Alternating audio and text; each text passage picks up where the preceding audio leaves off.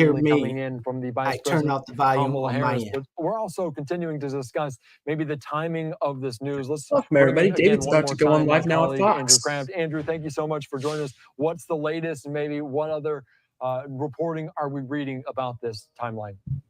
Yeah, Andy, like you said, we're getting so many reactions in as well, but more with Brooke Sigmund of Fox News Digital. She says two sources in the campaign's political orbit telling Fox News the announcement was a surprise, and that as of this morning, they were continuing with efforts to reelect the president. I mean, Andy, you remember throughout the last 3.5 weeks, we've been hearing from Biden's senior campaign advisors that he is in this, he is not dropping out. They were urging, these insiders in the Biden orbit were urging everyone else to kind of, staunch the bleeding, so to speak, urging everyone else, don't look at cable news, don't listen to the media, don't look at some of these polls. We have our own internal polls. Biden said time and again, the polls are wrong.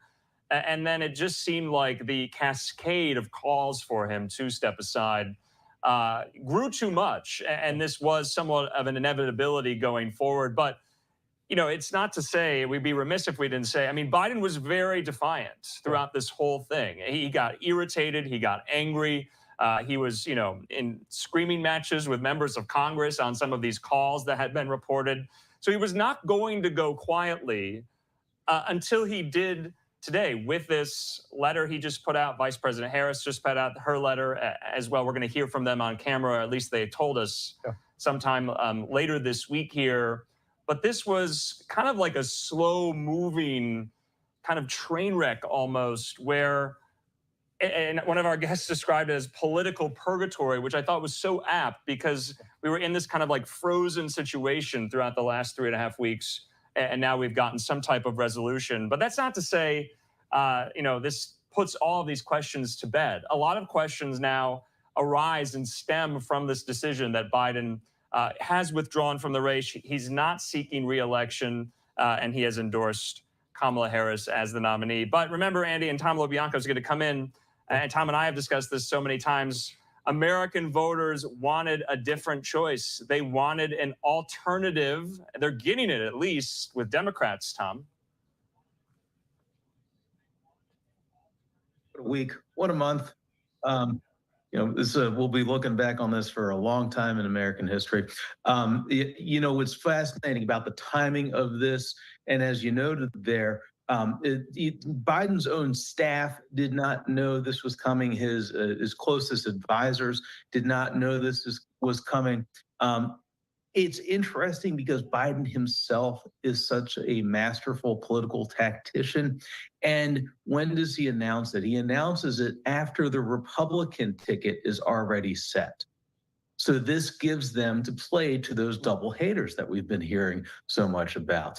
And the second part that's really fascinating about this, especially in contrast with the past 3 weeks or so, and certainly the Republican contest months ago, is how orderly it has been in just the last few hours. You can see the choreography going into it.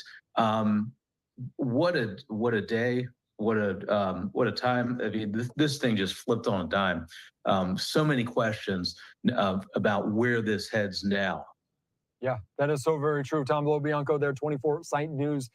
Thank you again for joining us. Of course, like you heard from Andrew Kraft there, a cascading number of voices, an avalanche of people kind of expressing their effort to have Biden step aside in recent days. We've heard from different Schumer, with Pelosi, Adam Schiff, some of the main players in the Democratic Party.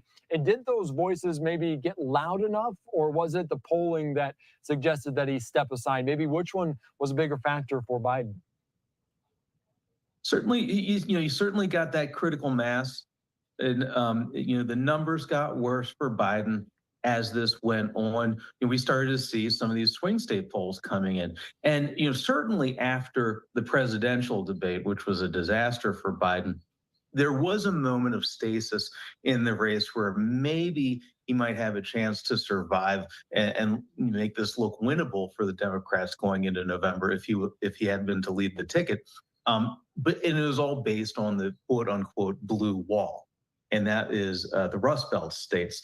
Pennsylvania, Michigan, Wisconsin. And then that was his strength, and it just fell apart. It just cratered. I mean, we've seen these numbers moving in such a bad direction for him and the Democrats, to the point where you were starting to get a lot of top Senate Democrats saying, hey, you're dragging us down with you. This is going to be a bloodbath in November if you stay here. So you couple that together with, another masterful tactician. I'm thinking about Amy Parnes over at the Hills, a great Democrat reporter. She had a quote from somebody on Nancy Pelosi a couple days ago. And of course, Biden had said in that interview that the only person, the only entity who could change his mind was the Lord Almighty. And she had a quote from somebody saying, well, Nancy Pelosi is the Lord Almighty. And we saw her working behind the scenes vociferously. Now, the counterpoint to that, and this is where we start to move into the next steps here, this internal Democratic Party fighting, these long histories there.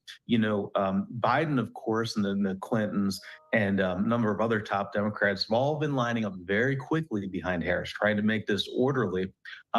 You had beforehand, though, this internecine warfare among California Democrats. It's obviously Pelosi from the Bay Area and Kamala Harris as well, and Gavin Newsom. Pelosi heading into this said she wanted an open convention, a quote unquote, a blitz primary heading into Chicago. Don't know if that's going to happen. Again, there's so many moving parts right now, but the thing to watch as we're looking at this is these old internal battles among the Democrats. Tom, all this week, a lot of political reporters like yourself and others on social media had been responding to so many inside the Biden White House and the Biden campaign who had been responding saying, all of this reporting is bunk, it's junk, it's not true. And many in the political media class had been wondering if they were just getting gaslit for the last 3.5 weeks. But to your point, and we've been talking about this all day, this was President Biden's decision to make, and his decision to make alone. And so maybe not. Maybe there wasn't any gaslighting going on with the rapidity with which this decision was made. Because so many Biden insiders were surprised, maybe there was no gaslighting. Maybe up until now, that's what they thought. That's what they knew. Biden on Friday put out a campaign statement saying he's getting back on the trail this week. So, if you're inside the Biden White House, if you're inside the Biden campaign, it was business as usual until it wasn't. Right. And again, for us, this is, for the lay folk out there watching this is why we as reporters ask the question repeatedly, because it does change. And in this case, of course, when it changed, it made history. I mean, the last time this happened was not March of 1968. And in another hugely pivotal moment in American politics and American history, when LBJ, Lyndon Baines Johnson, stepped out from re-election. And of course, that ended up vaulting Richard Nixon into the White House against Hubert Humphrey. So, again, this is why we repeatedly ask these questions. And, we come up with all sorts of clever ways to try to get at it. But in reality, and as you noted there, Andrew, you never know. It's impossible to be inside somebody's head. And maybe it was. Maybe he was absolutely running up until 3 hours ago. And maybe as we heard in that interview with ABC, maybe it was the Lord Almighty. Maybe he was praying. So many questions right now. So many questions. Yeah, so many questions in just short amount of time to answer them all, especially on the Democratic side. Tom, I do want to ask you, because as we talk about the Democratic Party, you mentioned maybe the timing of this coming after the ticket is already set on the RNC. And we do now know that J.D. Vance is going to be the VP nominee on that side. He posted this on social media, reacting to Biden dropping out, saying, Joe Biden has been the worst president in my lifetime, and Kamala Harris has been right there with him every step of the way. Over the last 4 years, she co-signed Biden's open border and green scam policies that drove up the cost of housing and groceries. She owns all of these failures, and she lied for nearly 4 years about Biden's mental capacity, saddling the nation with a president who can't do the job. President Trump and I are ready to save America, who's ever at the top of the Democratic ticket. bring it on, potentially alluding that Kamala won't be there, but also hitting Kamala pretty hard in terms of what they did inside of that Biden administration. You were in Milwaukee. You were watching this choreographed to the utmost effect there as well. Can you kind of contrast for us what we saw last week and also maybe what's to come in Chicago in just a few weeks' time? Because those two couldn't be any more different. Yes, absolutely. I'll tell you, I was driving back from Milwaukee yesterday, 2 days ago. What day is it? Sunday.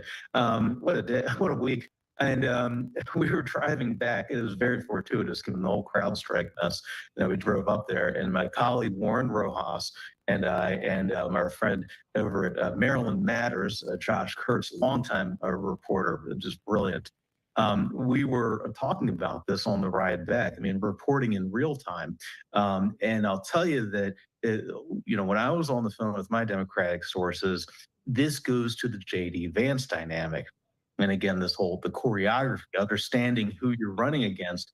A lot of the talk right now is moving to whether or not you get a Rust Belt or a rural white Democrat, white man, like either North Carolina Governor Roy Cooper, a former Kentucky Governor Andy Beshear, someone who could potentially play on the populist playing field, certainly play with the unions, or potentially, and this is dealing with donors and the need to win the key swing state of Pennsylvania, Pennsylvania Governor Josh Shapiro.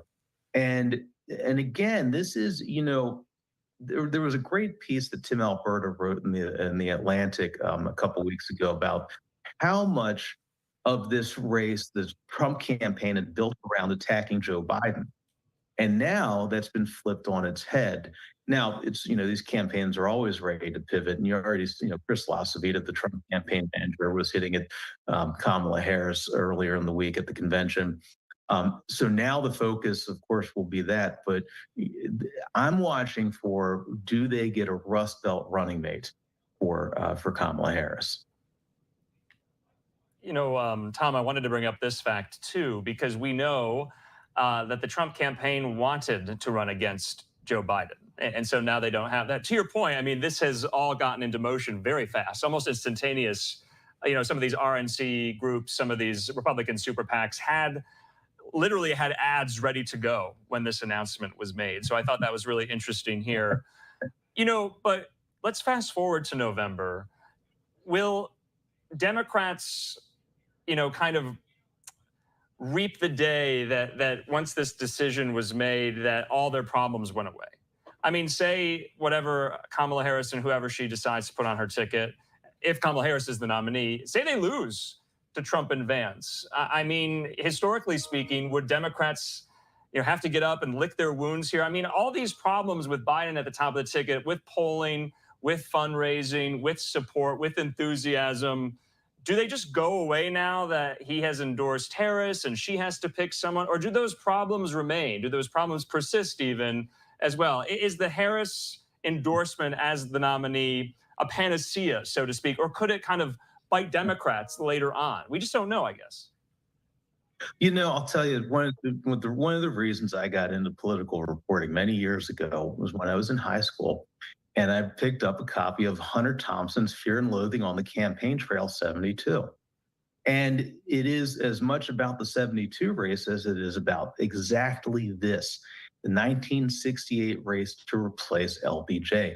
And that amount of Democratic infighting going into it, the split between the McCarthy wing, the McGovern wing, the anti-war wing, and the old establishment wing of the party, Hubert Humphrey, led to chaos in Chicago in 1968. And I'll tell you, certainly behind the scenes, you've heard a lot of people wonder why the heck the Democrats picked Chicago, given the history up there. That is what split apart the party going into 1968 and cleared the way for a unified party behind Nixon. And he won. I don't know how divided the Democrats are now. And that's what we have to watch for in this moment, in the days leading up to Chicago. I mean, it's fascinating that we've heard the Democratic Party is so different from the Republican Party. The Republican Party has changed inexorably in the last 8 years. And but if you look at the Democratic Party, there's still party hierarchy. There's still party elders, and that's what we're seeing right now with the Clintons coming out and going in there for them.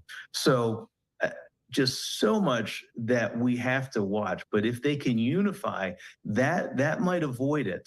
But again, the dynamics are also so hard baked, and this is such a short timeline going into November. It's a huge risk. There are no guarantees here. Yeah, that is so very true. All right, Tom LoBianco, thank you so much. Anything else that you'd like to add? Because 107 short days until the election. Of course, Vice President Kamala Harris likely to be the front runner on the Democratic side. I think that's fair to say.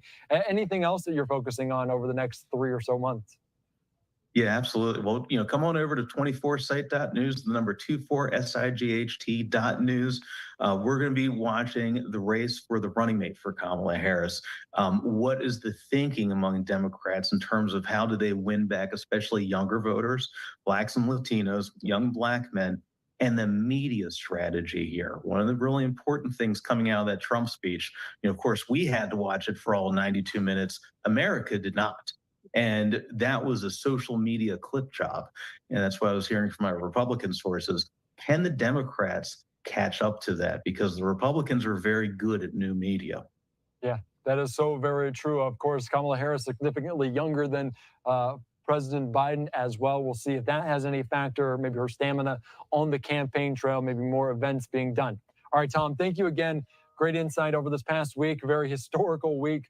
From weekend to weekend, bookending major news in American history. Thanks again.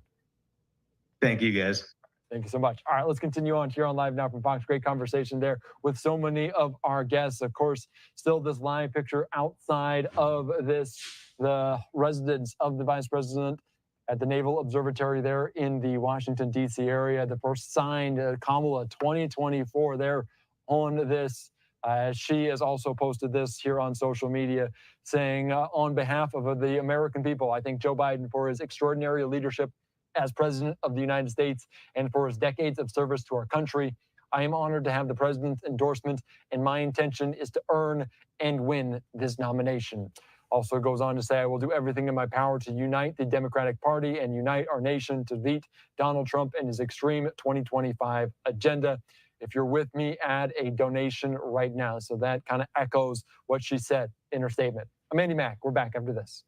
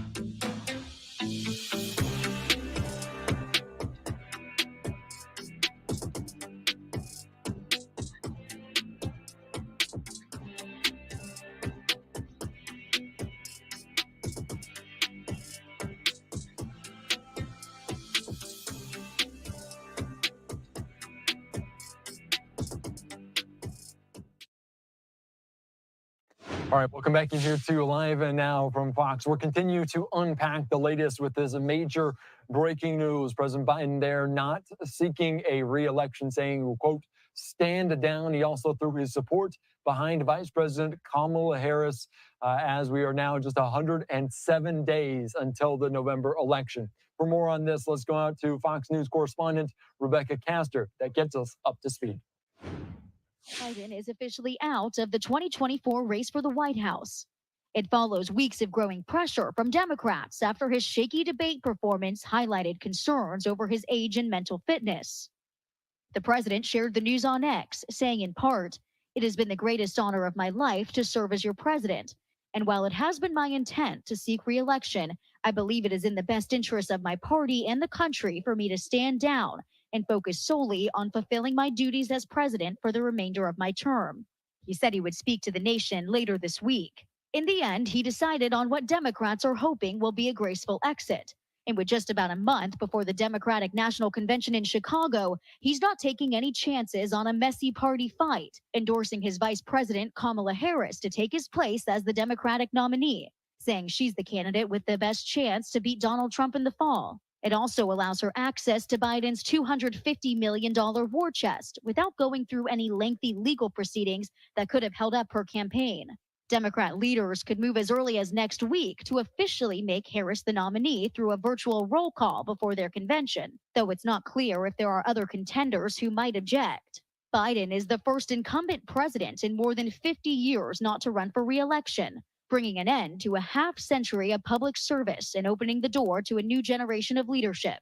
In Washington, D.C., Rebecca Castor, Fox News. All right. Thank you so much for that, Rebecca. And that kind of sounded like the obituary to his political career as he stands down, as he will not seek a re-election bid as well. So we're learning this, maybe the cascading of voices, the amount of pressure from Democratic lawmakers, or the polling numbers that ultimately led to his decision. Joe Biden just posting that on social media, saying he will speak in more detail to the American people later on. Of course, also throwing his support behind Vice President Kamala Harris, saying on behalf of the American people, I thank Joe Biden for his extraordinary leadership as president and for his decades of service to our country. I am honored to have the president's endorsement, and my intention is to earn and win this nomination. All right, let's continue on here on Live Now from Fox to learn more about everything that happened within the last 2 hours or so, because potentially that could have been when the decision was made. We want to bring in right now to the conversation David Washington, CEO of J&Washington Political Forum. Thank you so much for joining us here. A major day in American history. Maybe what was your initial reaction, and maybe what comes next over these crucial 107 days? Well, thank you for having me again. And again, thank you, President Biden, for your half century of service to the country. My initial reaction was disappointment because I truly believe that President Biden would be the candidate that would pose a significant challenge to President Trump, to former President Trump. It's not that I'm playing favorites, it's just that at the time, everything being static, he was better suited to win against former President Trump. So that was my initial reaction. With further conversations, I'm very concerned about the president's health, and perhaps that played a great deal. Getting through COVID at his advanced age is nothing to sneeze at. Is nothing to take lightly. And so, if that is a concern, I think that President Biden should give Vice President Harris an opportunity to be president and resign and allow that to happen. Yeah, that's a very good point. And there's a lot of maybe internal conversations, much like you were having yourself, about what Biden did, what he could see come November, or maybe what an alternative could play in it. And over the last few weeks, we've heard nearly 40 lawmakers on the Democratic side saying Biden should step aside. In recent weeks, we've heard Representative Adam Schiff from California, Nancy Pelosi, Schumer saying that it might be in the best interest for him to step aside. Do you think it was maybe voices from people within that circle that told him that maybe it was time to step aside, or did he make the decision himself? Was it polling? Maybe how many different factors? Maybe what was the ultimatum there for Biden in this decision? Hopefully, and I'll take the polling part first. Okay. Hopefully, it wasn't the polling because polling is a moment in time. It's a snapshot, a moment in time. And President Biden needed to get ahead of the narrative of people asking him, begging him to move along, let the next generation take over, et cetera, et cetera. He needed to take control of that narrative, and unfortunately, he did not. I believe that his health also has played a major role, seeing that he was just diagnosed with COVID, and it's difficult to get through COVID at his age. And then the people talking to him, the people talking to his campaign, the people talking to him directly and his family, those voices played a part in it. However, he was strong. He made a statement not too long ago stating that he was in this. It was just what, 24, 48 hours ago? He said he was in this to the end. And so whatever happened in that time frame, I'm hoping it's not the polling. I'm hoping it's not the voices, and that he was taking his health into consideration, and that's more important than anything. Yeah, and like you mentioned, as this moment came in time on Friday, I believe you released a statement saying he's vowing to stay in the race, and that changed within just a matter of 2 days. If we are on November the 5th and Donald Trump earns the presidency again, no matter who he went up against, do you think maybe Democrats will regret this day, regret the moment they pushed Biden out? Oh, I think so. Ever since the announcement today, I've been getting calls, messages from Democrats, Republicans from here in Florida all the way to Michigan and back. And it was a mixed bag. And I think one of the things that the people who were firm supporters of Biden were saying to me is that they feel abandoned, they feel betrayed, and it was Biden or nothing, and they were behind the guy that they brought to the dance, and there's that feeling of betrayal. For my Republican friends, they expected this. Trump and his campaign team reports came out stating, "Hey, we're preparing for Vice President Harris to run as the president." So something was going on. They were preparing, and now it's come to fruition. Yeah, this is the moment we are at, and they will move forward with it over the next 107 days. And I do want to ask you potentially about that Rust Belt, about maybe some of the battleground states that Democrats need to win, even if Biden was on the ticket, like different states like Wisconsin, Georgia, Arizona as well. In terms of Kamala Harris, if we assume that she is going to be the nominee, how crucial will that decision be in terms of those battleground states, who they have as a VP, and also campaign strategy around some of those states? There's so much going on right now, and just parsing out the information and looking at the battleground states, it would be a smart move by Vice President Harris's campaign to look at a VP pick from one of these battleground states, someone that who can bring in that particular state, that particular voter base, bump up the turnout, and move Democrats to come out for that particular ticket. That would be the first thing I would be talking to my candidate, the campaign team, who would be a strong vice president pick from a battleground state that will bring us those voters. Regardless of who the nominee is, and let's say it will be Vice President Harris, it really doesn't move the needle in my perspective, because we've had this draw out, this whole drama draw out for about 3 or 4 weeks now. And so people were already talking about this, especially us politicals and pundits. We've been talking about what if this, what if that. And so Vice President Harris' name has been out there and discussed. Democrats were bleeding certain demographics. Does this bring them back? Those who felt that President Biden was not ready to be president again, they left. They were worried. They're back now. But it really doesn't move the needle either way. It's those undecided, true undecideds, who will determine, and it'll boil down to those battleground states, and hopefully they'll make that good decision in regards to the VP pick who can bring those folks in. All right, you mentioned that, and that is going to be very pivotal for this campaign as well. Talk to me about maybe the crucial nature of the DNC, because we saw the RNC over the last 4 or 5 days, very choreographed. There are so many different speakers as well. They knew what they were talking about. They knew maybe they were hitting Biden as well. How important will this month be for the Democrats in terms of maybe unifying their own party as well? Incredibly important. I remember running a campaign for state office for a client in 17 days. This is something similar. We have the convention, the Democrats have the convention in August. And so they need to all get in line, like the Republicans have for President Trump, and say, hey, this is who we want.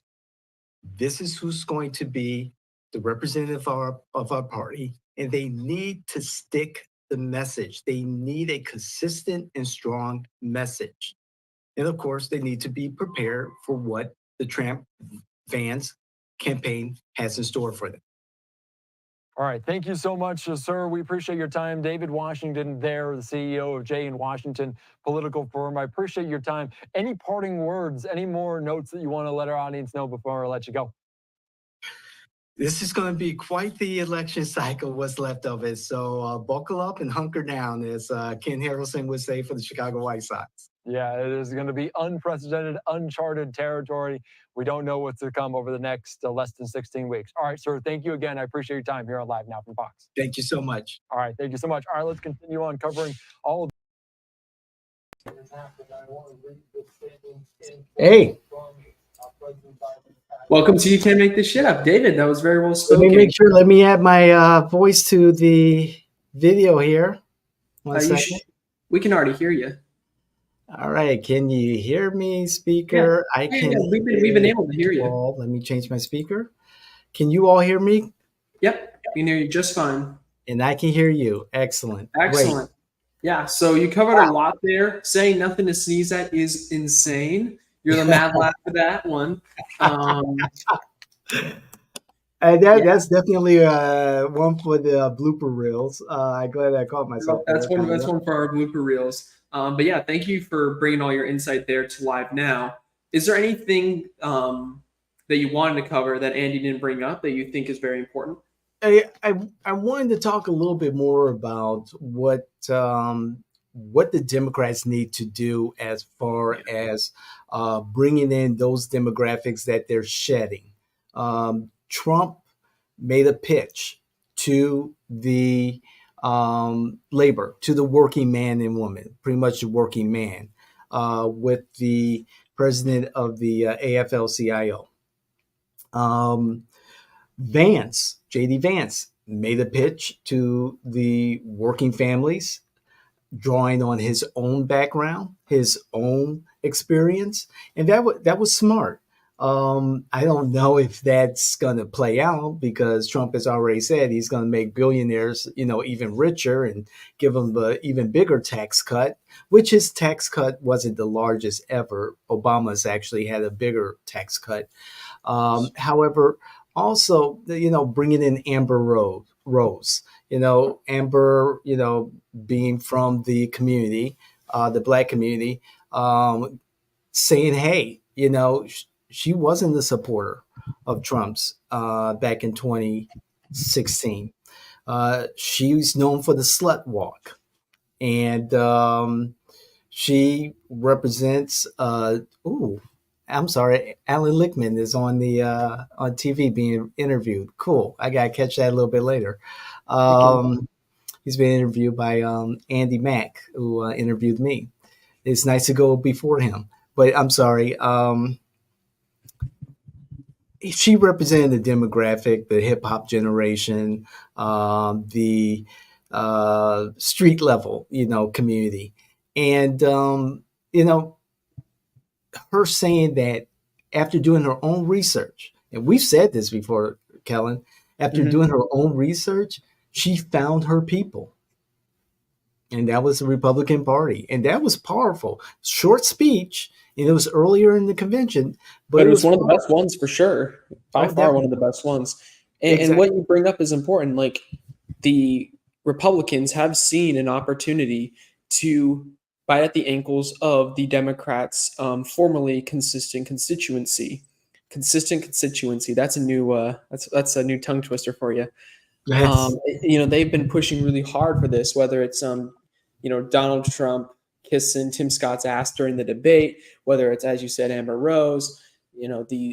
They've made tremendous progress as far as appealing to those demographics go, and absolutely, a Harris campaign is going to have to capitalize off it. Something I kind of want to bring up is the success rate of vice presidential candidates, because it is bad. There are 19 that have run throughout American history. Most of them were successive, so directly after the president's administration. Some of them were not. 5 have won in total.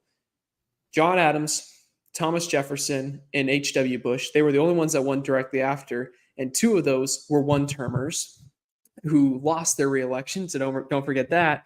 And That's then right. there were 2 that won later on, those being Nixon and Biden.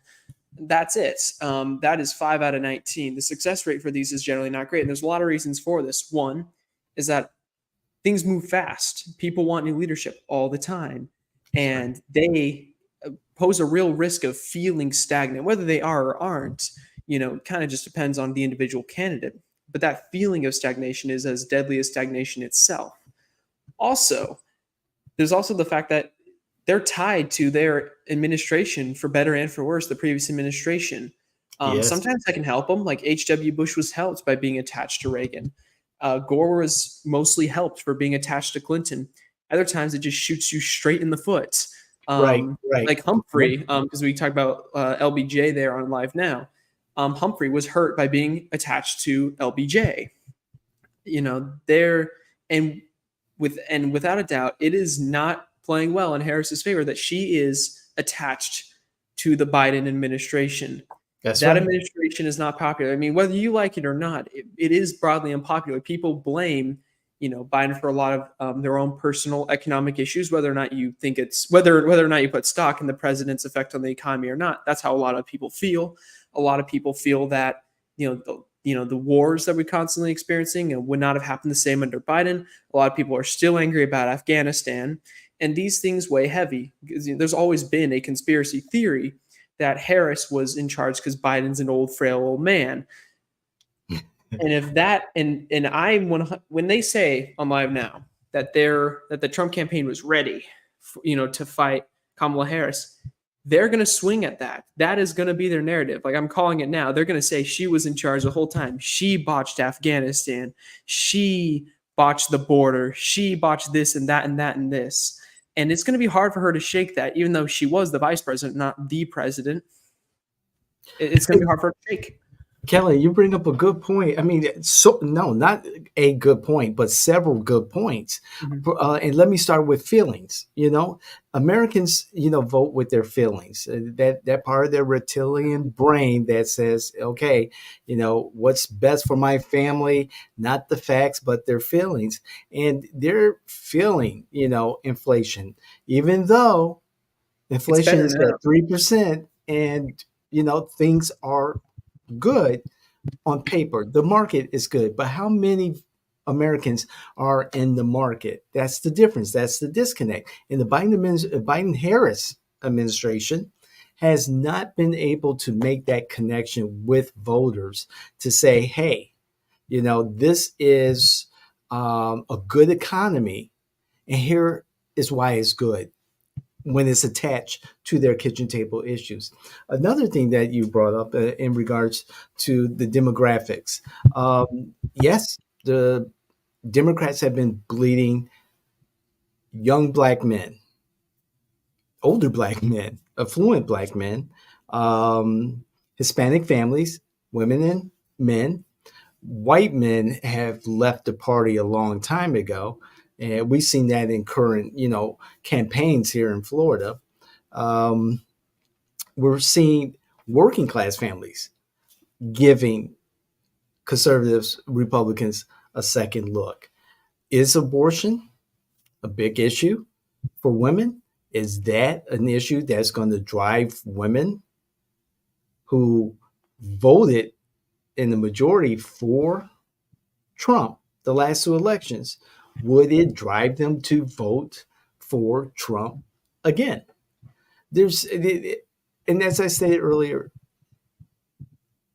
Vice President Harris being the presumptive nominee for the Democrats doesn't really move, in my opinion, based on quantitative facts and his historical facts.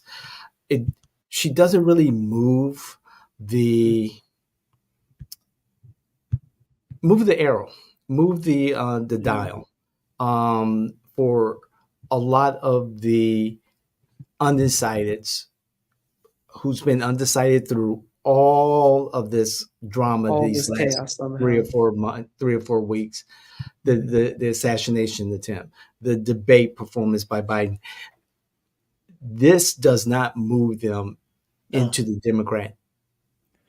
And her vice presidential nominee pick has to be on point. You brought this up in LiveNow. They have to be from a battleground state. This is something that that Hillary Clinton back in 2016 screwed up, that Donald Trump has screwed up twice, that Biden has screwed up. It's picking vice presidential candidates from unimportant states, shoo-in states. J.D. Vance is the closest any of those three have come to having someone from a swing state, because at least he's next door. But Michigan's the mortal enemy of Ohio, so who's to say? It's going to have to be on point. It's going to have to be. It's going to have to be from Arizona. It's going to have to be from North Carolina, Pennsylvania, Wisconsin, or Michigan. Then just narrowing that down. If you want the best candidate, it might be Kelly from Arizona. But he's on the Senate. Can the Democrats afford to take him off the Senate to put him on the vice presidential ticket? I don't know. His seat, he's lucky to have won his seat. I mean, Democrats, he's in an area, in a state that Democrats don't have the best rate with. I mean, he won that much in 2022. He fought like hell to keep his seat in 2022. So if he were to drop out and go for vice president, who's to say that the president and vice president have a Senate majority anymore? Good point. That's a very good point. And let's take Arizona, for instance. Mark Kelly, Senator Mark Kelly. He just won, 2 years ago? So he has 4 more years, correct? So it's a seat that the Democratic governor of Arizona can fill, if that's their rule. Yes, if that's their rule. We're experts on Florida stuff. We're not experts on Arizona stuff for clarification. And if anybody from Arizona knows, we'd appreciate that. But yeah, like David said, that is actually a very common governor to senator pipeline. Like, for example, one of our two here in Florida, Rick Scott, was governor, got term limited out, rolled straight up to the Senate. It's a normal thing that happens in a lot of states. And you're right, there would be that potential. Same thing with the North Carolina governor. He came up, I believe, in LiveNow feed. He could be an interesting candidate as well, because he's from North Carolina. But looking at the polling of all the swing states, North Carolina is one Biden is the least likely to win.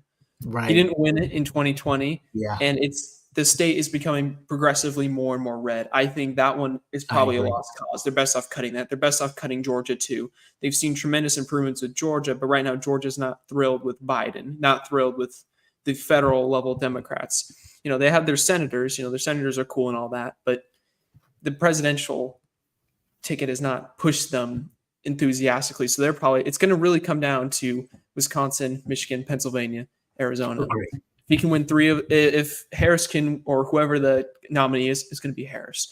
Whoever can win 3 of those, if they can win 3 of those 4 states, then they will win by the skin of their teeth, mind you. And again, barring like anything like a New Hampshire surprise, by the skin of their teeth, they can win. The Democrats need to give. Let me check that. President Biden needs to resign and give Vice President Kamala Harris the opportunity to show leadership. She'll claim incumbency. It will give Democrats no doubt that she's ready for the role.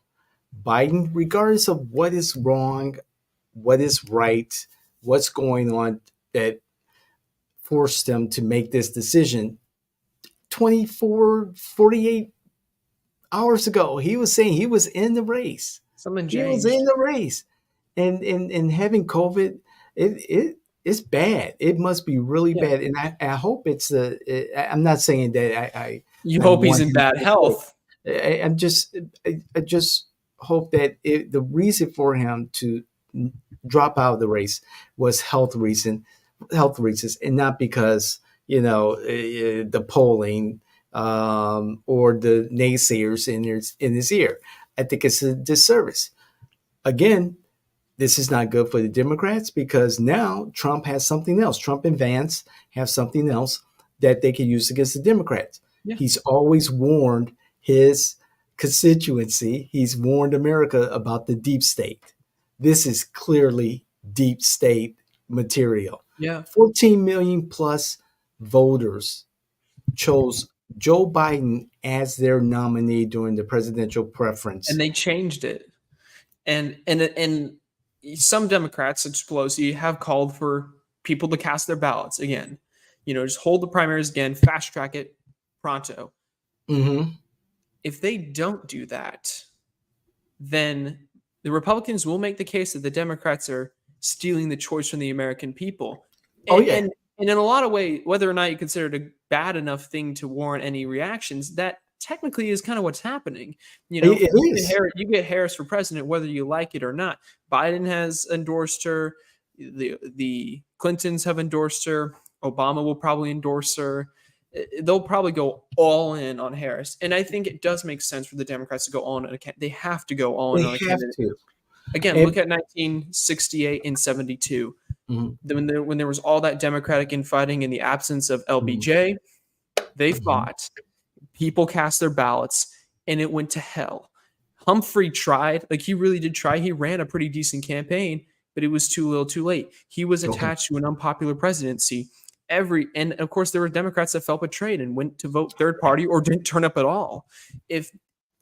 Again, this election is going to be fought by the thinnest of margins. Whoever is going to win, it will probably be razor thin win, or it'll be like a 1980 thing where it'll be like which election am I thinking of? 1916, where there will be a huge electoral win, but that thin popular win. That's very possible as well.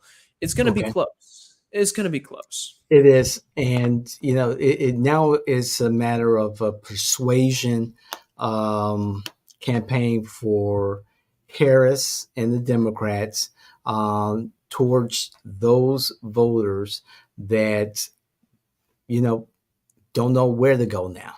And her record as a prosecutor, as a vice president, there's some holes in her record. There's some problems, especially as a prosecutor, especially in California. There's a lot of stuff that was hit on her when she was running for vice president. It'll get hit on her again. Like we said again, Republicans are trying to bite at the ankles of the Democratic Party's hold over the Black community. Harris is the perfect vehicle for that, without a doubt. Because they will show how bad she was when she was in California.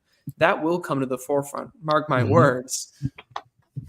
Ellen, again, as I was saying earlier, I was getting phone calls and messages, and I follow different social media platforms for work-related stuff because I don't have time for anything else personal.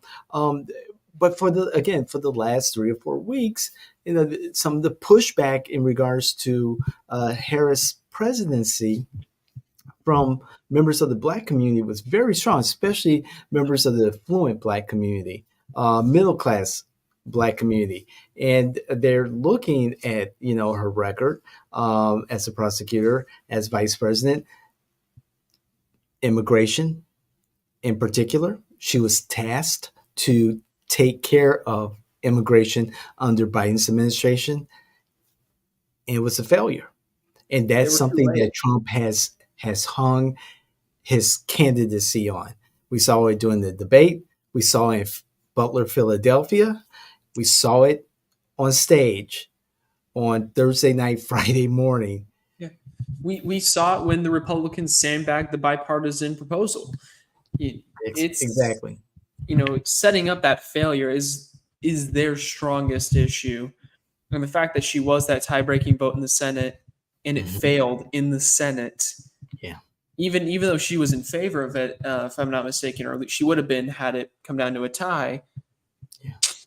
She's still the leader of the Senate, and it was a handful of Democrats, I believe it was Warren and Sanders, that screwed up the vote. They were the ones they're the real reason we didn't get it. It was two independents, former Democrats. Well, one of them is still a Democrat that sandbagged it. In addition to the Republicans that put in all their effort that they could. Yeah, there's a real problem with the Democratic Party. A lot of people are independents these days. Manchin, Sanders, Cinnamon. Yeah, I forget what her name is, but from Arizona, she's an independent now. Senator Cinnamon. Yes, not Cinnamon, but Cinema. Yes. Cinema. Yeah. I mean, she's not running again. However, as you mentioned, the senators. What about down ballots? How does this affect down ballots? I was talking to one of my trusted advisors from Chicago, and she was saying, "Oh, women are going to turn out for candidate Harris, Vice President Harris, being on top of the ticket." And I said, "Well, let's look at the last time a female ran for president, and how did that work out?" Trump won, white women 53% in 2016, if I remember correctly, and did pretty much slightly better in 2020. And, sure, black women will come out and, now that, Vice President Harris is getting all of these endorsements, and it looks like it's just a matter of formality for her to be the at the top of the ticket. Okay, now you solidified the black female vote. That's what they were fearful of. But it's not only black female that are voting. Yeah, and women have a slightly better turnout rate than men these days, anyways. That's right. And so much of it comes down to messaging. Putting a female or a minority on a ticket does not ensure success. It can be a precursor to success, and it can push you over the top. But if you message it wrong, that's why Clinton screwed up. I mean, by all means, it should have been a slam dunk for Clinton with women. It should have been.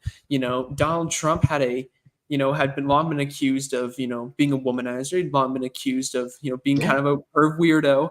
And common history.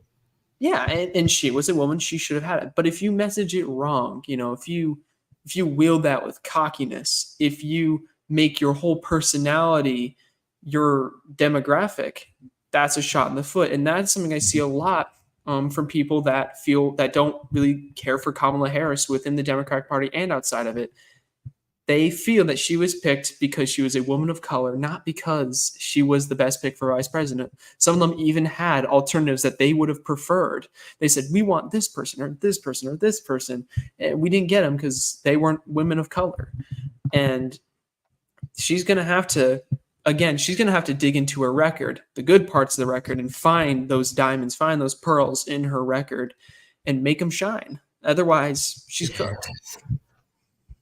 And that's why I believe it is so important that President Biden resigns right now, so that President Kamala Harris can show that she can lead.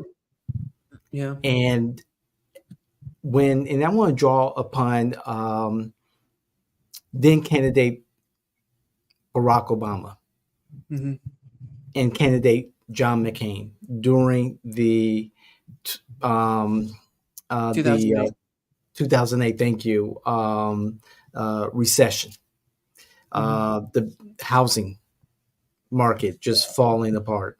And the two candidates were called into a meeting with President Bush, his Treasury Secretary, Mnuchin, the Federal Reserve, and candidate Obama showed poise. He showed leadership. He had a plan. Unfortunately, candidate John McCain did not have a plan or show leadership in this particular sense to reassure Americans, hey, we got this. People were losing their homes, their livelihoods, and they need to know the next administration was ready because all purposes, I believe Bush and his administration just kind of, say, hey, we'll just save this for the next administration. They sent checks in the mail and called it a day in a lot of ways. Because I think it makes sense why the Bush administration did what it did, because if you start doing one plan and then the next administration is doing a completely different plan, that's tax dollars wasted and effort wasted. So I get it. But you're absolutely right, David. Right now, the effects of inflation are killing the country. Not inflation itself, because the inflation isn't there anymore, but the effects still are. The percentage of what goes up to corporate and what goes down to the people, that percentage has changed. The people got a smaller slice of the pie now. What we have to see, we have to see Harris in a similar situation as Obama. Yeah, she has to prove that she can do it. And to do that, she has to shake it up. And she has to do it actually shake it up. Because Trump's plan is to go into supply-side economics. Supply-side economics is not intrinsically a one-all silver bullet like a lot of people like to claim it is. None of these economic plans are a one-size-fits-all silver bullet. Right. And she has to show that she will do things different from Joe Biden in a way that won't piss off his supporters too much, and prove that she is markedly different from Trump and can do it without having to, just give more to the people at the top, that she can help you get your wages back up. Whether that means, we saw Biden trying to do plans like this with his involvement on picket lines, and his support for labor. Yeah. Maybe she piggybacks off of that, then takes a step further. Maybe she gets a whole new policy proposal plan that she puts on her website. Sure. And takes the first steps of it as president. That would catapult her tremendously. Right now, people are worried that she is not competent. But if you're right, if she were president, if she could make a plan and start the plan, people could see that she would be able to make it. And if she were to make it with our current Congress, that would be a great reassurance. Of course, our current Congress is going to be the great barrier to that, because she's going to have to convince some of them to make their party hate them forever. Kelly, I want you to speak to two things. First thing, we talk about Vice President Harris being president while campaigning and the challenges that she can face and show true leadership. First, I'd like your opinion on the situations, that the wars in Ukraine and also in Gaza. And would this be a testing moment, a test of leadership for a President Harris?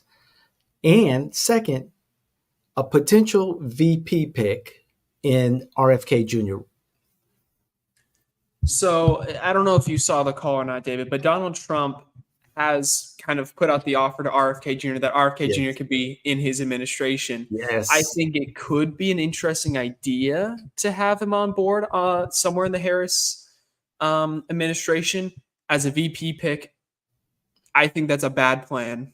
I think a lot of Democrats don't like him. I think, he's kind of the home of people who just despise both candidates and conspiracy theorists. Those are the people that really attract there. It would crush the Democrats. What little spirit Democrats have left, it would be crushed if RFK Jr. were on the vice presidential pick. I think that's a bad idea. I don't think he'll go for it. I think if RFK is going to take a deal from one of the candidates, it'll be from Trump. I think he has more in common with Trump. He can fit in better there than he can with a Harris administration. Because in a Harris administration, he would be the red herring. He wouldn't fit in. He wouldn't blend in. The Trump one, he would be a little bit different, but he could blend in. As far as the wars go, if Biden were to resign, if Harris were to be president, she would be called by Netanyahu and she would be called by Zelensky. Zelensky, he petitions our Congress all the time for more support. So does Netanyahu. They both they both, I mean, Zelensky, I think, is the more aggressive and outward of the two, probably because his war is a lot more desperate of a situation for him. But however she deals with Zelensky and Netanyahu will draw her battle lines. Is she the fully pro-Ukraine candidate? Will she win the war, or will she remove herself from the war, or will she do what people are doing now? What will be her position there? Donald Trump said that he will end the war. How will she end the war? She has to show that. Same with Israel, Gaza. I mean, right now, picking any side on that gets you killed politically. You can't win. You cannot win. Sure, our current Congress leans for Israel, but they have special interests behind them. And we have more interest involved with Israel than we do with Ukraine. So you have to remember that. Whether or not she is committed to being more hands-on, if she decides to be more hands-on, that would change things greatly. If she chooses to pull back, look from afar, that changes things. Yeah. Because right now we're moderately involved. We're not whole hog in win this war or die, and we're not letting them do their own thing either. We're tangentially involved. And if she can, and right now Donald Trump is saying we're going to pull back. We're going to pull back. We're going to reduce our role in this conflict. They don't need our money. What will Harris do? Will she choose to fold to that Trump side that might be undecided, people that feel that way? Or will she go the other way, and pick a more aggressive stance? It will change everything about the race, because foreign policy, I mean, right now, the three biggest issues are the border, abortion, and inflation. But foreign policy is a very close fourth. Yes. And she has the advantage on abortion. She has the disadvantage on the border. Yep. She has a dubious position with inflation. Foreign policy could be a good way to turn it around. Kellen, would you recommend, if you were managing the campaign of Donald J. Trump, would you recommend that and encourage that the former president debate Vice President Harris?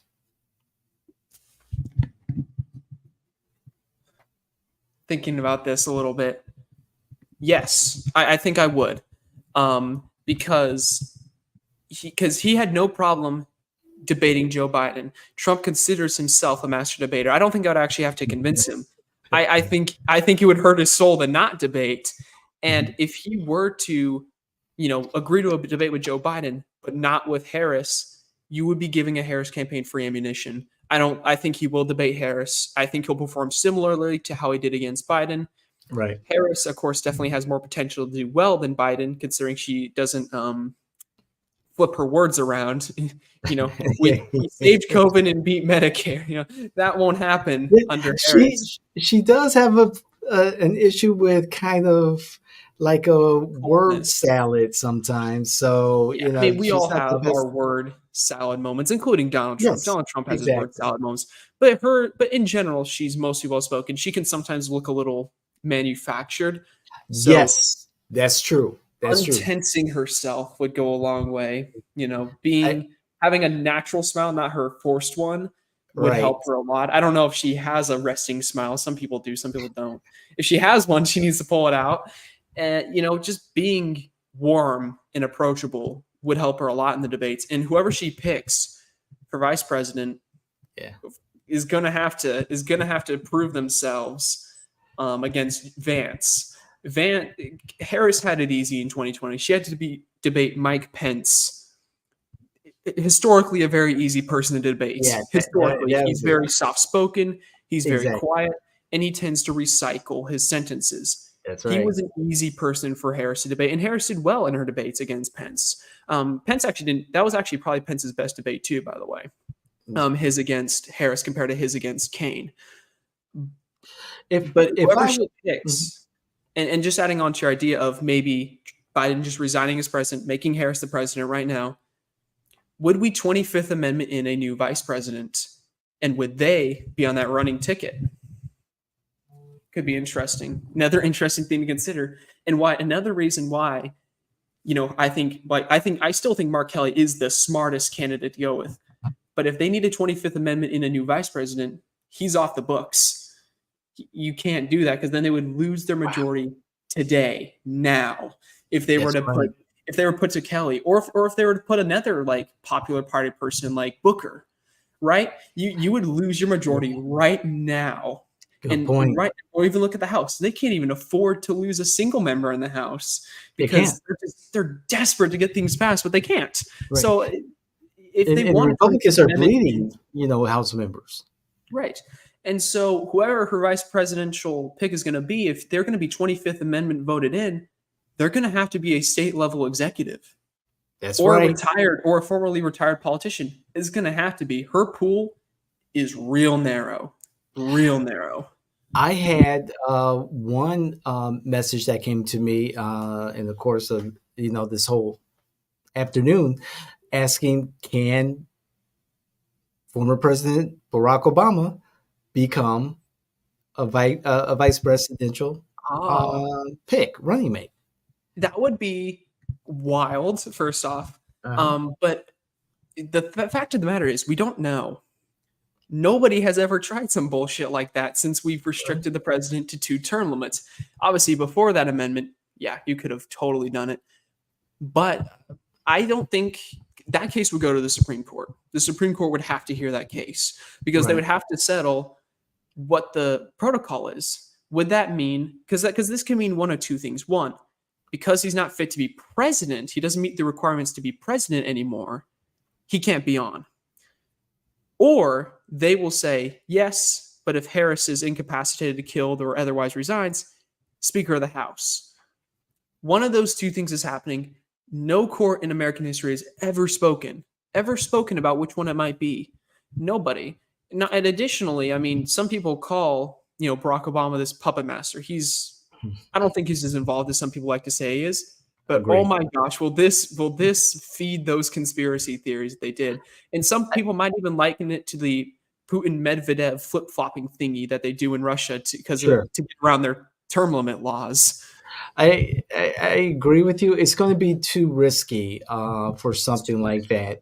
Yeah, I agree with you. You got to remember that the bias of the Supreme Court exists. I mean, this has always been a thing since the beginning of time, since there were slave-owning justices that wanted to push their own agenda. That has always been a thing. If you look at Bush v. Gore, the big federal government people voted in favor of states' rights, and the states' rights people voted in favor of big federal government. They sure right? did. They flip-flopped because 5 of them wanted Bush and 4 of them wanted Gore. They can hide behind their elaborate legal reasonings. They're both kind of right. Right. They both made very reasonable arguments, but we know why they secretly made it. And if you were to put Barack Obama as vice president, 6 of them have a bias against you. 6 of them have a bias against you, and 3 of them abandoned their views in favor of Bush. Because 3 of them were there. Yeah. Kellen, as a young voter, as a young citizen, what does this scenario of Vice President Kamala Harris as a presumptive nominee, an unknown running mate, how does this lay with you?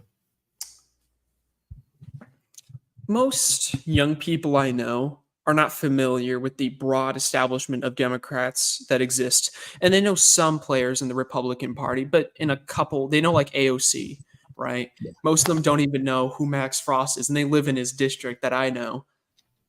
And most people that I know, myself included, are not excited about Kamala Harris. I've talked to some people who said they would vote for Biden if he changed his running mate, but not if they didn't. Because, again, a lot of them had a problem with her record as a prosecutor. Yeah. A lot of them think that she was a DEI vice president to begin with, and they don't think that she earned it. A lot of people don't trust her because of how she changes her answers based on her crowd sometimes. I mean, all politicians do it, but it's more transparent with her than most. She does not do it for me. And I don't think she does it for a lot of people. Will I take her over Biden?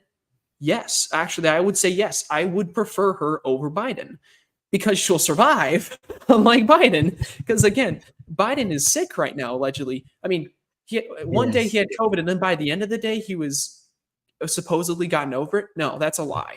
No, he's still coming down with something. I'm convinced of it. There's no way he's not.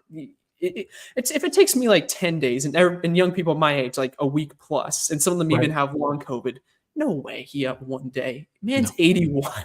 And Kellen, I asked that question because that was one of the demographics that the Democrats really need to tap into and get a great deal of turnout like they did for President Obama. She has to bring that type of, emotional empowerment, hopium, per se, and rally those different demographics. So I thank you for your honest, opinion about as a young voter, how this lays with you, a presumptive Democratic presidential nominee, and Kamala Harris. So, David, as an establishment, longtime Democrat from Chicago, Yes, how does yes. this make you feel? Okay. So, as an establishment Chicago Democrat, big difference. Even though I'm here in Florida, again, this doesn't move the needle at all for either party, either candidate for president. 4 weeks going back to the debate performance by Biden, those individuals who were supporting Biden, however, found that because of his advanced age, he's not ready for reelection. They were resigned to the fact that, hey, we'll stick with him, or I just can't support him. That's what was being told to me. Now that he is out of the race and the presumptive candidate is Harris, they're back on. So those individuals never really left. At the end of the day, they were going to vote for a Biden Harris or Harris, generic vice president pick, regardless. Then Trump and JD Vance had their convention. You saw Republicans fall in line. They did. Line. Even And Haley. to see that, Nikki Haley, yes, and to see that chant, fight, fight, fight, fight. And everything was cohesive up until about like the last half hour of Trump's speech, which is, cannon fodder for the Democrats. However, that was powerful. That was a powerful convention. We know, America knows, the world knows that the Republican Party is now Trump's party. And it will be Trumpism far beyond whether he wins or lose, because you have JD Vance carrying the torch, a man who was on the opposite side of Trumpism, and he made a 180, and he is the vice presidential pick for Trump. So you had and let's not forget the assassination attempt in Butler, Pennsylvania. You cannot ignore it. He has transcended beyond a mere mortal now. He's a demigod, and within the Republican Party and the conservative circles. Let's just call it what it is. The man survived an assassination attempt. I was shit my pants. The man got up, pumped his fist, and told America to fight. And that's what America wants. I'm not advocating for either, party or either candidate. I'm just laying out the lay of the land here. Leadership. And so now, and then through all of this, when the Democrats had the opportunity to take a little bit of the narrative and say, hey, the Republicans aren't telling you the full truth. Project 2025, Project 2025, Project 2025. We were talking about this for a year. And now it's the soup of the day. Oh, screw that. Dems, where the were you a year ago? And you could just lean into that so much. The Chevron deference is already eliminated. Trump almost got away with eliminating Schedule F, which would have gotten rid of tens and tens of thousands of federal employees. That close to a smaller and smaller and smaller government if it wasn't for a President Biden who reversed that executive order. Americans don't know these things. No. And the Democrats failed to message. Now, the Republicans have to show they have principles. The Democrats have to show they have a spine. Yeah. And we'll see where it goes. This is an exciting. This is exciting time. A very exciting time politically. I just want people to be safe, have civil, respectful, tactful conversations and dialogue. We'll be here, every step of the way, bring some additional, commentary. But Kellen, yeah, I just think we're right back where we started. Yeah.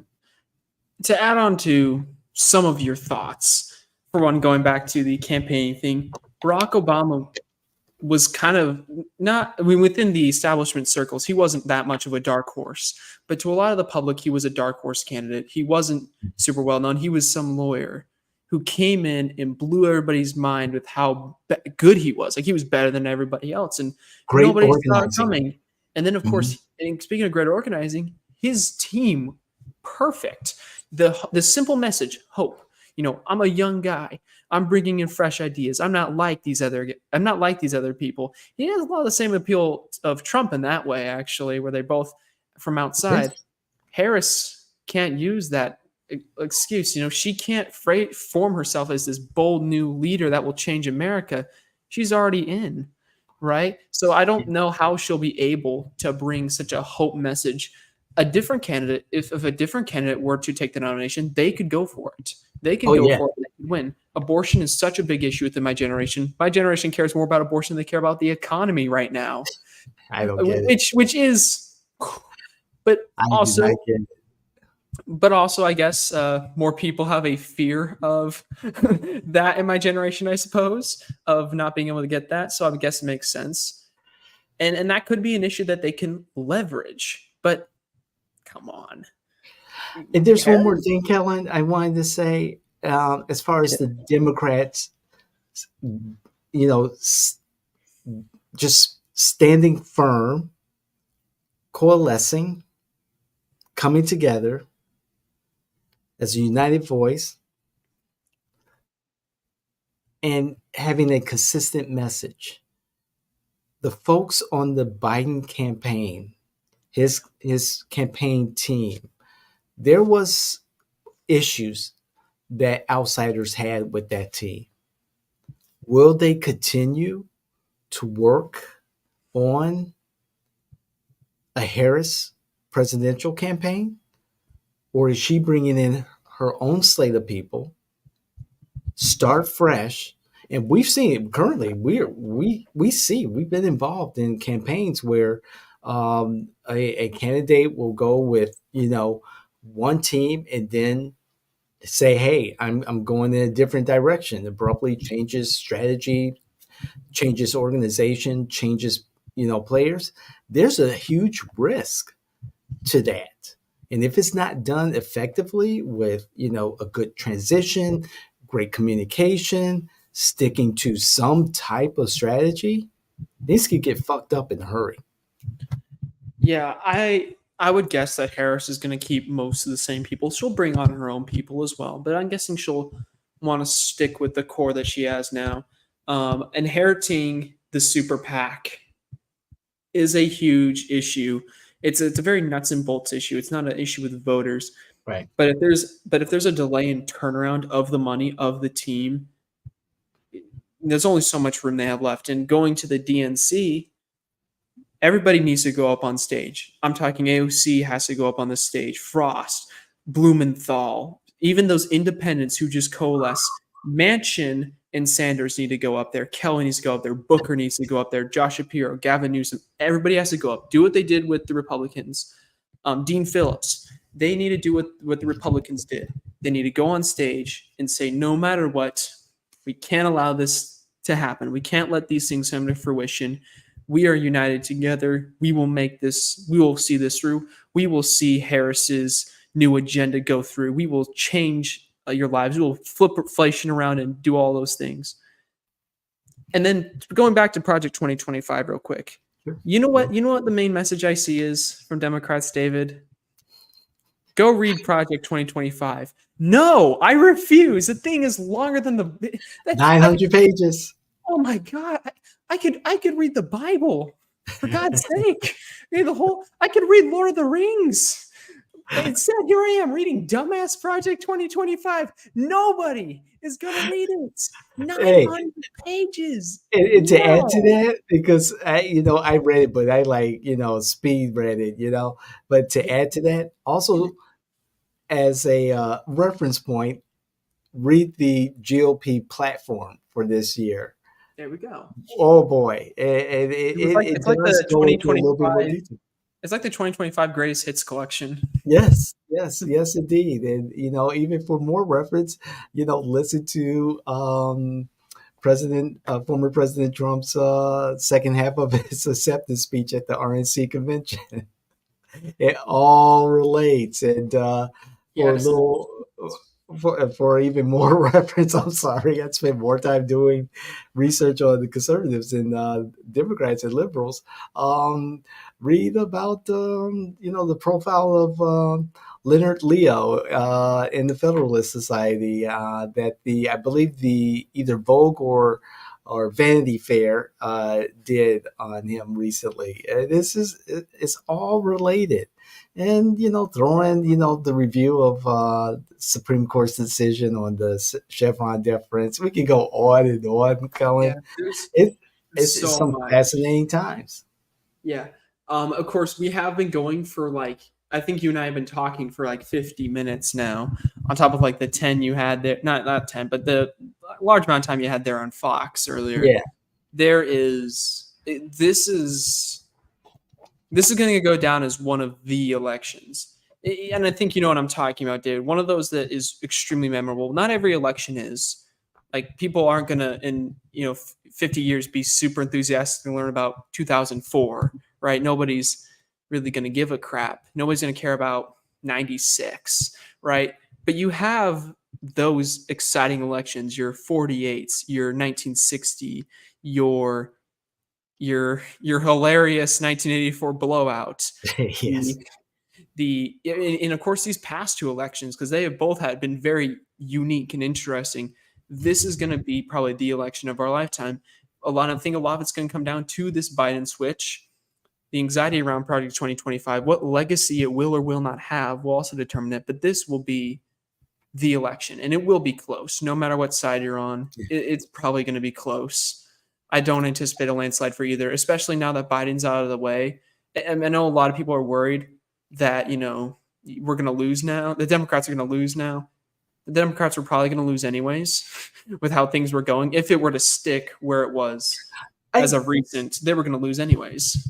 I truly believe that, if Biden had stayed in the race and everything remained the same, he would have been reelected. I was very firm in that before the first debate, and I was afterwards, and I was up until 12 noon today. Right now, it's up in the air.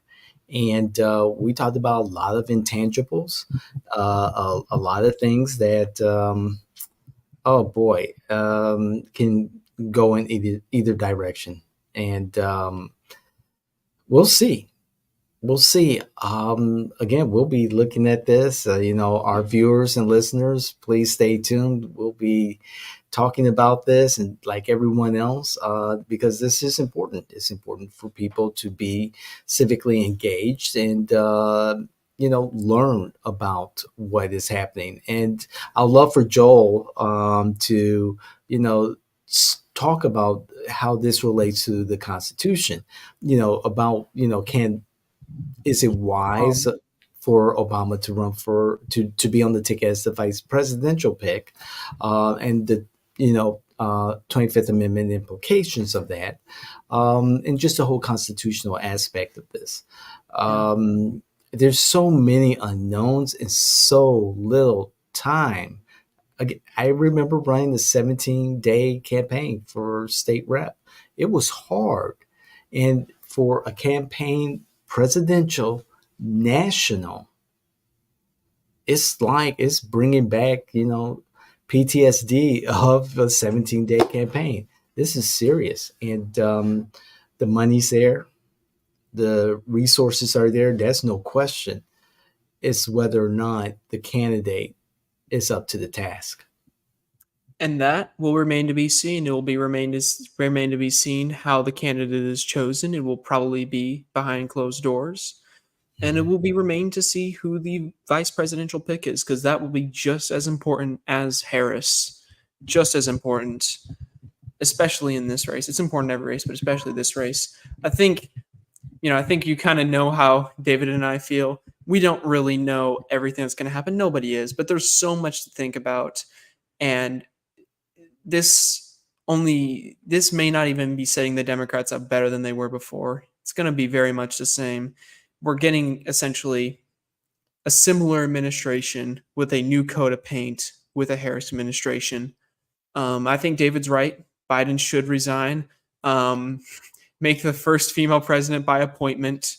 Kind of a lame way to go about it, but hey, that's how it happens. That's how it happens. Yeah, and it'll work in their favor. Let her show us what she can and can't do. Then people will know. The undecideds will know. Exactly. Yeah. Exactly. Hey, if she's your pick, she should be ready for prime time. And that's going to be the question. If I was Trump, if I was running Trump's campaign, I would ignore her if there were requests for a debate. I'd say, hey, I would put the pressure on her to prove herself every day to the American people. And then, of course, if I was Trump's campaign, I'd say, President, get out there, do what you do best. Do what you do best. Get those people riled up. Be everywhere all at once. For both campaigns, be everywhere all at once. If I were Trump's campaign, I would tell him to also go out and do what he does best. I would tell him to debate Harris to avoid looking weak, knowing that your core base doesn't care whether or not you tell the truth, as long as you tell them what they want to hear.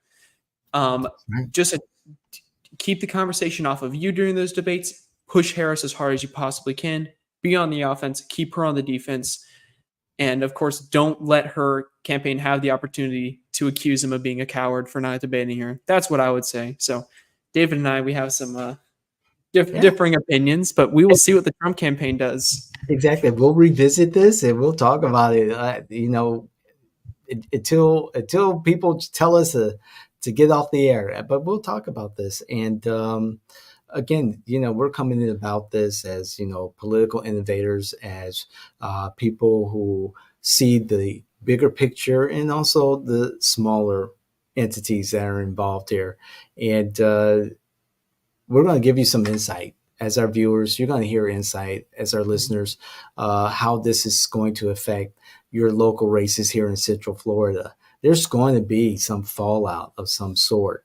And, I just know that, the Democrats were like, hey, we're riding with Biden. And they were pushing out there, they were setting up phone banks and text messages and things like that. They had it. They were ready.